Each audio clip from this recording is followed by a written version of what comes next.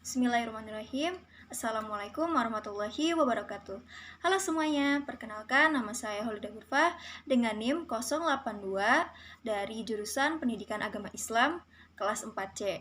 Di sini, saya ingin menjelaskan presentasi dalam mata kuliah pengembangan kurikulum yang berjudul tentang isi komponen dalam pengembangan kurikulum. Nah, sebelum saya menjelaskan lebih lanjut, dalam pengembangan kurikulum itu terdapat isi atau komponen materi pengembangan kurikulum. Nah, beberapa subbab yang akan saya bahas di sini pertama ada pengertian atau isi materi pengembangan kurikulum. Kedua, ada jenis-jenis strategi isi pengembangan kurikulum. Ketiga, ada keluasan materi atau bahan ajar. Keempat, ada pendekatan materi bahan ajar. Dan kelima, ada langkah-langkah menentukan materi atau bahan ajar untuk pengembangan kurikulum. Baik, di sini yang pertama kali akan saya bahas yaitu mengenai tentang pengertian dari isi atau komponen bahan ajar pengembangan kurikulum. Teman-teman di sini udah ada yang tahu belum pengertian dari isi atau komponen pengembangan kurikulum? Nah, mari kita bahas sekarang. Bahan atau materi kurikulum atau dikenal dengan istilah curriculum materials adalah isi atau muatan kurikulum yang harus dipahami oleh siswa dalam upaya mencapai tujuan kurikulum. Bahan atau materi kurikulum berhubungan dengan pertanyaan apakah yang harus diajarkan dan dipahami oleh siswa. Nah, masalah ini tentu saja erat kaitannya dengan tujuan pendidikan yang harus dicapai. Nah, seperti yang kita tahu, materi kurikulum itu merupakan salah satu komponen dalam pengembangan kurikulum. Bahan atau materi kurikulum sama pentingnya dengan merumuskan kurikulum itu sendiri. Mengapa demikian? Nah, oleh sebab itu tujuan kurikulum akan tercapai manakala siswa mempelajari materi kurikulum. Dalam kurikulum terdapat isi yang meliputi jenis-jenis bidang studi yang akan diajarkan dan isi program masing-masing bidang studi tersebut telah ditentukan atas dasar tujuan institusional sekolah yang bersangkutan. Sumber-sumber materi kurikulum yaitu harus bersumber dari 3, yaitu pertama masyarakat beserta budayanya, kedua dari siswa, dan ketiga dari ilmu pengetahuan. Dalam menentukan isi kurikulum, ketiga sumber tadi harus digunakan secara seimbang. Isi kurikulum yang terlalu menonjolkan salah satu aspek dapat mempengaruhi keseimbangan makna pendidikan. Pertama, masyarakat sebagai sumber kurikulum. Dalam tatanan masyarakat secara nasional harus dijadikan sumber penetapan materi kurikulum. Pengembangan budaya lokal dalam menentukan isi kurikulum justru untuk kepentingan nasional. Oleh sebab itu, para pengembang perlu berhati-hati dalam menetapkan materi dan muatan kurikulum. Jangan sampai penyusunan budaya lokal dapat merugikan secara nasional. Pengembangan budaya lokal semestinya diarahkan untuk meningkatkan rasa nasionalisme, rasa cinta terhadap bangsa dan negara. Dengan kata lain, muatan lokal dikembangkan untuk meningkatkan wawasan kebangsaan. Yang kedua, siswa sebagai sumber mata kurikulum.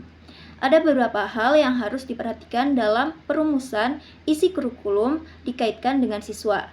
Yang pertama, kurikulum sebaiknya disesuaikan dengan perkembangan anak. Yang kedua, isi kurikulum sebaiknya mencakup keterampilan, pengetahuan, dan sikap yang dapat digunakan untuk siswa dalam pengalamannya sekarang dan juga berguna untuk menghadapi kebutuhannya pada masa yang akan datang. Yang ketiga, siswa hendaknya didorong untuk belajar berkat kegiatannya sendiri. Nah, yang keempat, apa yang dipelajari siswa hendaknya sesuai dengan minat dan keinginan siswa. Yang ketiga, ilmu pengetahuan sebagai sumber kurikulum. Ilmu adalah pengetahuan yang terorganisir secara sistematis dan logis. Dengan demikian, tidak semua pengetahuan dapat dikatakan ilmu. Ilmu hanya menunjuk pada pengetahuan yang dimiliki objek dan metode tertentu. Bahan atau materi kurikulum dapat bersumber dari ilmu pengetahuan tersebut. Isi kurikulum diambil dari setiap disiplin ilmu. Para pengembang kurikulum tidak perlu susah menyusun bahan sendiri. Mereka tinggal memilih materi mana yang perlu dikuasai oleh anak didik berdasarkan disiplin ilmu sesuai dengan taraf perkembangan anak didik sesuai dengan kepentingannya. Materi pembelajaran harus disusun secara logis dan sistematis. Nah, pertama yaitu dalam bentuk teori, yaitu seperangkat konstruk atau konsep, definisi atau preposisi yang saling berhubungan, yang menyajikan pendapat sistematik tentang gejala dengan menspesifikasi hubungan-hubungan antara variabel dengan maksud menjelaskan dan meramalkan gejala tersebut. Yang kedua yaitu konsep, adalah suatu abstraksi yang dibentuk oleh organisasi dari kekhususan yang merupakan definisi singkat dari sekelompok fakta atau gejala.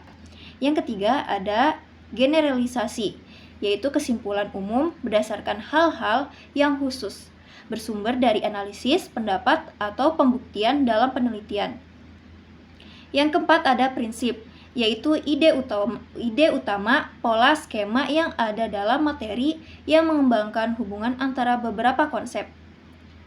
Yang kelima ada prosedur, yaitu seri langkah-langkah yang berurutan dalam materi pelajaran yang harus dilakukan oleh peserta didik. Lalu ada fakta, sejumlah informasi khusus dalam materi yang dianggap penting terdiri dari terminologi, orang, dan tempat serta kejadian. Lalu ada istilah, kata-kata perbendaharaan yang baru dan khusus yang diperkenalkan dalam materi. Selanjutnya ada contoh atau ilustrasi, yaitu hal atau tindakan atau proses yang bertujuan untuk memperjelas suatu uraian atau pendapat. Lalu ada definisi, yaitu penjelasan tentang makna atau pengertian tentang suatu hal atau kata dalam garis besarnya.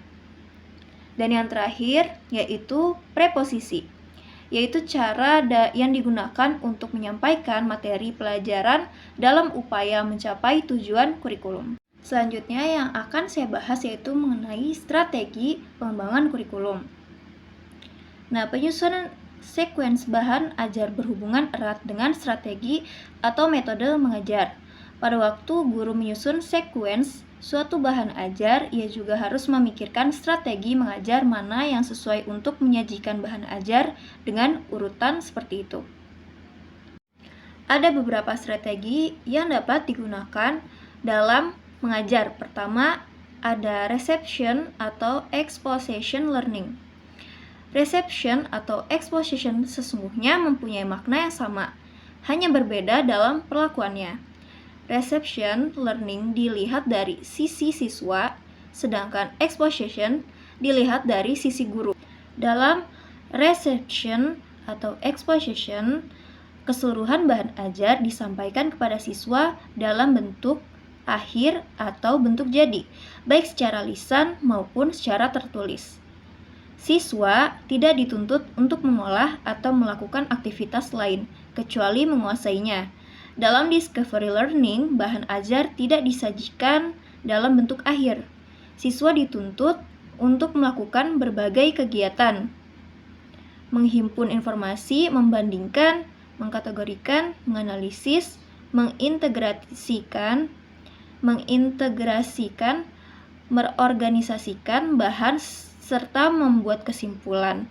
Melalui kegiatan-kegiatan tersebut, siswa akan menguasainya, menerapkan, serta menemukan hal-hal yang bermanfaat bagi dirinya. Yang kedua ada rote learning.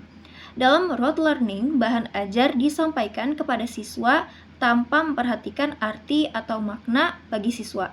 Siswa menguasai bahan ajar dengan menghafalkannya.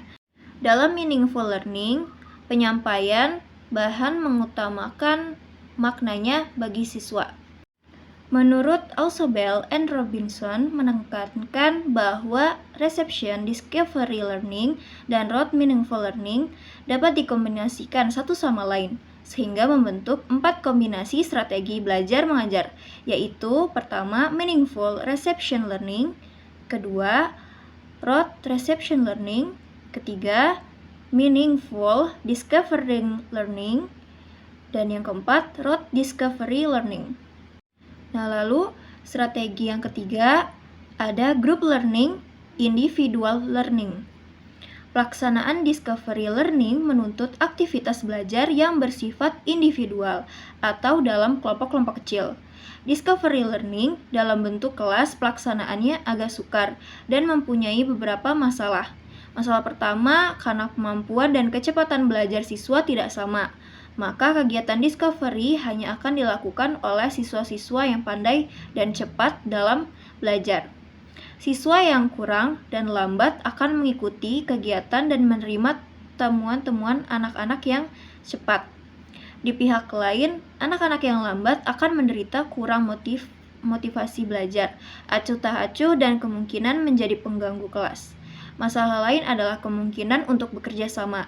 Dalam kelas besar, tidak mungkin semua anak dapat bekerja sama. Kerjasama hanya akan dilakukan oleh anak-anak yang aktif, yang lain mungkin hanya akan menaati atau menonton.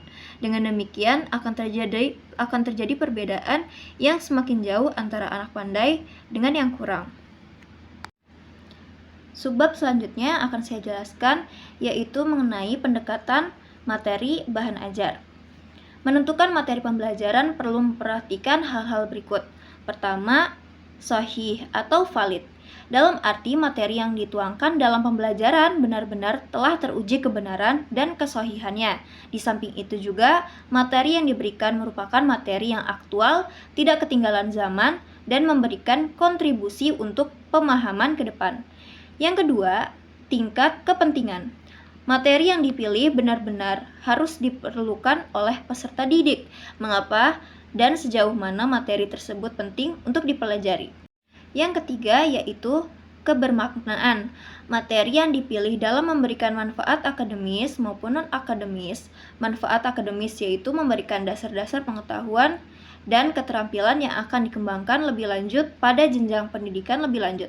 Sedangkan manfaat non-akademis dapat mengembangkan kecakapan hidup dan sikap yang dibutuhkan dalam kehidupan sehari-hari. Nah, yang keempat, layak dipelajari. Materi memungkinkan untuk dipelajari, baik dari aspek tingkat kesulitannya, tidak terlalu mudah dan tidak terlalu sulit, maupun aspek kelayakannya terhadap pemanfaatan materi dan kondisi setempat. Dan yang terakhir, menarik minat. Materi yang dipilih hendaknya menarik minat dan dapat memotivasi peserta didik untuk mempelajari lebih lanjut, menumbuhkan rasa ingin tahu sehingga memunculkan dorongan untuk mengembangkan sendiri kemampuan mereka. Selanjutnya, yang terakhir saya akan menjelaskan tentang tahap-tahap penyeleksian materi kurikulum, yaitu tentang langkah-langkah yang harus dilakukan untuk menentukan bahan ajar atau materi pengembangan kurikulum. Nah, pertama yaitu identifikasi kebutuhan. Apa yang dimaksud dengan kebutuhan? Kebutuhan tentunya adalah kesesuaian antara harapan dan kenyataan. Dengan demikian, penentuan bahan atau materi kurikulum harus dimulai dari penilaian apakah bahan yang ada cukup memadai untuk mencapai tujuan atau tidak. Sesuai dengan kemajuan dan pengembangan zaman, tujuan kurikulum tidaklah statis akan tetapi dinamis. Artinya tujuan yang harus dicapai harus senantiasa diperbarui sesuai dengan tuntunan dan kebutuhan, yang berarti penyusunan bahan kurikulum pun harus mengalami penyesuaian. Selanjutnya, mendapatkan bahan kurikulum atau access the curriculum materials. Mendapatkan bahan kurikulum yang sesuai dengan tujuan bukanlah pekerjaan yang mudah. Proses pelaksanaannya diperlukan perencanaan yang matang serta motivasi dan keseriusan yang sungguh-sungguh. Hal ini dimaksudkan agar bahan-bahan yang diperlukan sesuai dengan tuntutan dan kebutuhan terjamin validitasnya. Sering terjadi pengembangan kurikulum, termasuk para guru dalam menemukan bahan-bahan baru hanya dilaksanakan melalui pembicaraan-pembicaraan tidak formal. Hal ini tentu saja bukan hanya mengakibatkan kualitas bahan ajar tidak memadai, akan tetapi juga kelengkapan dan keutuhan bahan akan menjadi kurang. Dalam era teknologi informasi dewasa ini, untuk mendapatkan bahan kurikulum baru dapat dilakukan dengan mudah. Misalnya dengan mengkaji berbagai jurnal penelitian, menelaah sumber-sumber literatur, buku-buku teks yang baru, melacak informasi melalui internet, dan lain sebagainya. Yang ketiga ada analisis bahan atau analis the materials. analisis bahan kurikulum diperlukan untuk menghindari kesalahan-kesalahan yang mungkin terjadi.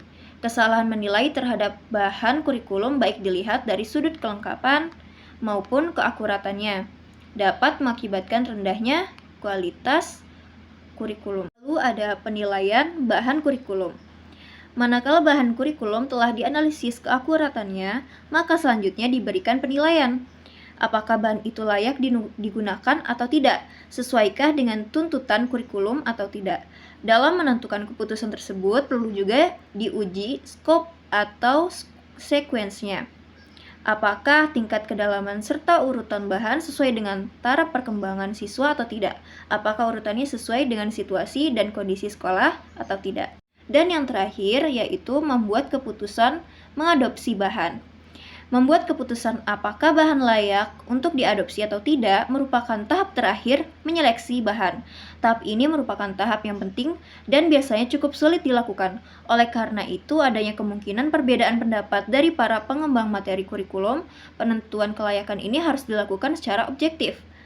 Oleh karena itu, para pengembang kurikulum perlu bekerja berhati-hati serta menjauhkan diri dari kepentingan subjektif. Dan itulah beberapa yang telah saya sampaikan mengenai pengertian, pendekatan, strategi, dan langkah-langkah untuk menentukan materi bahan ajar pengembangan kurikulum.